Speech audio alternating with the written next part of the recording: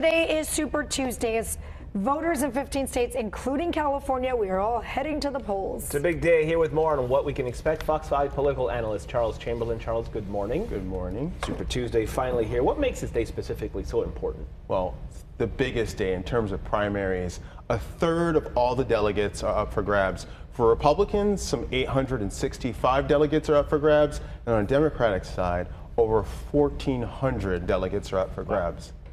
Okay, the ballot, the list, if you open it, it's very long. There are a lot of names on there, and we'll talk about some of these races right now. But first, I want to talk about Nikki Haley. She says she's not dropping out of this, and she's going to stay in it as long as she feels that she is competitive.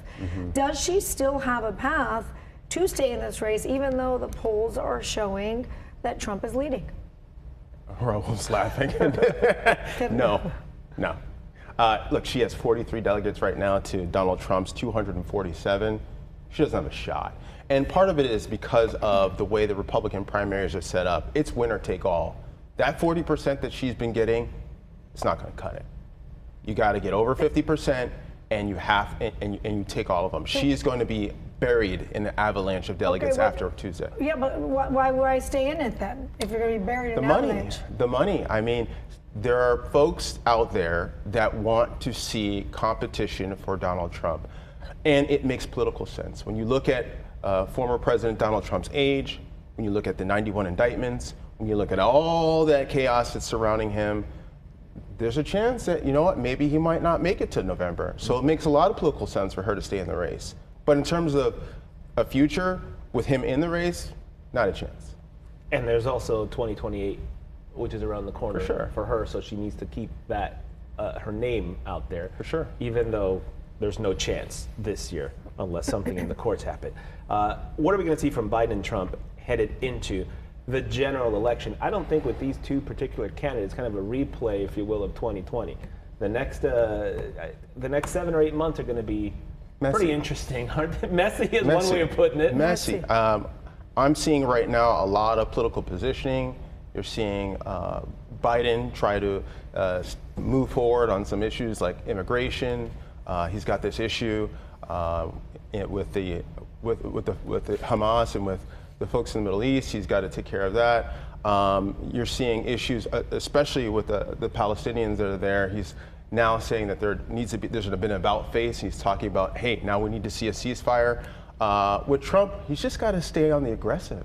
He's just got to say, look, I'm the victim. He's got to say, look, when I was president, the economy was better, things were better. He's just got to stay on attack. But I think what Biden's been doing, instead of playing defense, going on the offense is probably the path forward. So you're going to see a lot of political positioning going forward over the next couple of months. Have you ever seen a presidential election where at this point on Super Tuesday, you're looking ahead to Election Day in November, and both candidates potentially are thinking about, well, if he doesn't make it to that election day, this person would take over. And on the other side, the same thing. If Trump in the case of whatever, then that person can take over. If Biden is too old and something happens and he can't.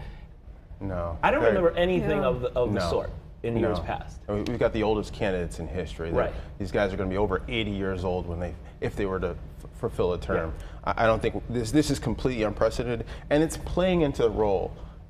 Look, there's a major issue with this right now. I think voter turnout is extremely low because a lot of people are not interested in voting right now. California is expecting record voter low turnout.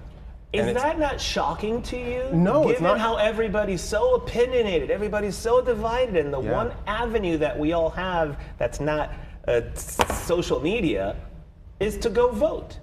How do you explain the low turnout? Everybody spews their opinions on the choices. People clearly don't want to make the choice between these two elderly candidates. They want to see something else. And right now, California is on record, is on track to have its lower voter turnout in history. As of Sunday, there's 22 million ballots went out. As of Sunday, 3 million were turned in. Let's talk about California. Let's talk about how one of our Senate seats is up for grabs. So what do you think is going to happen there? With the Senate seat, look, this seat was a result of Dianne Feinstein stepping down. The person whose race is to lose is Adam Schiff. He's at about 20. The last aggregate polling I was looking at, he was about 25.5%.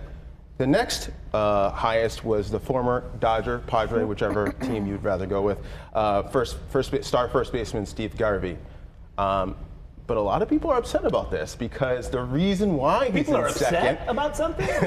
is because Adam Schiff ran some attack ads that basically love bombed him. They said how great of a Republican he is, how conservative he is, and while that does kind of, attack him from a Democratic standpoint, it consolidates the Republican vote around him. So now he's trending much higher in the polls, second, in some cases first, So you think and Adam the Schiff's other Democrats in the race are scrambling. Ads gave Steve Garvey more notoriety. That's what Katie Porter's people are saying. It's like, listen, just keep his name out of all of your ads and use my name and then go at it. But maybe they didn't want to do that. But get this happens all the time.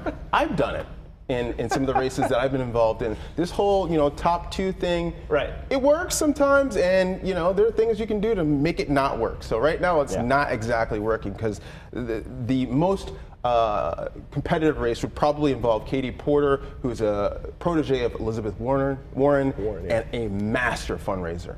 Wow. Okay, do you think Garvey has a chance if he advances? No. No? No. I love how you're so confident about some of these answers. You're like, not a chance. No, and not happening. here's the funny You thing. don't There's a think lot they of would Democrats pick up out there. steam, though, however, D.C. would get a sniff of, California has the potential to elect a Republican senator, and they wouldn't dump every ounce, every penny they have into making that but happen. he's not polling there. He had some lackluster performances in the debate, and as well as just his fundraising. It just isn't there. And look, Democrats are kind of at this weird point. They're like, well, we kind of like Schiff, we kind of like Porter, but we're not going to see Porter. So it's not going to be competitive. Maybe the best thing that comes out of this is our money goes elsewhere to help other candidates get elected. So it's a weird race. I wanted to ask you about other races, but I think more importantly, with this being Super Tuesday, and hearing what you're saying about the low voter turnout, I mean, it's still not too late. You have until the entire day today. And given as much as we talk about how much this affects people's lives in the long run, go out and vote. Yeah, I wish I could look in the camera and tell people, look, there are other. You can. You can. There's a camera. There are other races out there down ballot. We've got people running for Congress. We got people running for City Council. We got people running for the Senate. School boards. It's school boards. Everything. It is not just about the presidents.